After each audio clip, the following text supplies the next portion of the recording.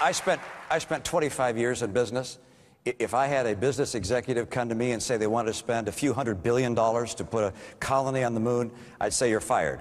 The idea that corporate America wants to go off to the moon and build a colony there, it may be a big idea, but it's not a good idea.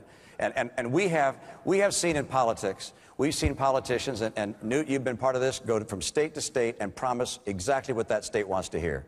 The speaker comes here to Florida, wants to spend untold amount of money having a colony on the moon. I know it's very exciting in the Space Coast. In South Carolina, it was a new interstate highway and dredging the port in Charleston. In New Hampshire, it was burying a power line coming in from Canada and building a new VHA hospital in New Hampshire so that people don't have to go to Boston.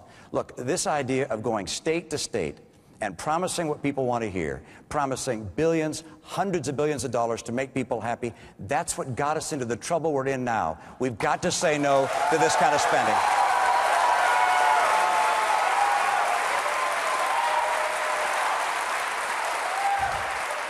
I want to make 2 points.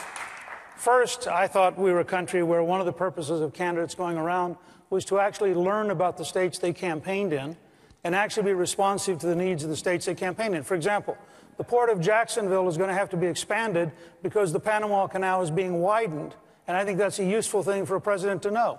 I think it's important for presidents to know about local things.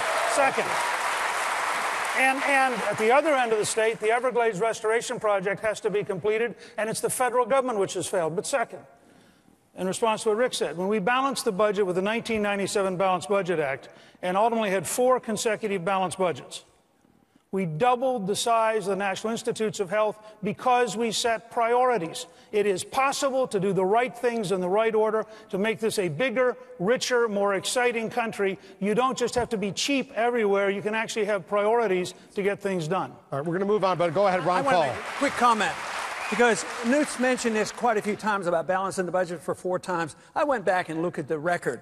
The budget was, the national debt during those 4 years actually went up about $1 trillion.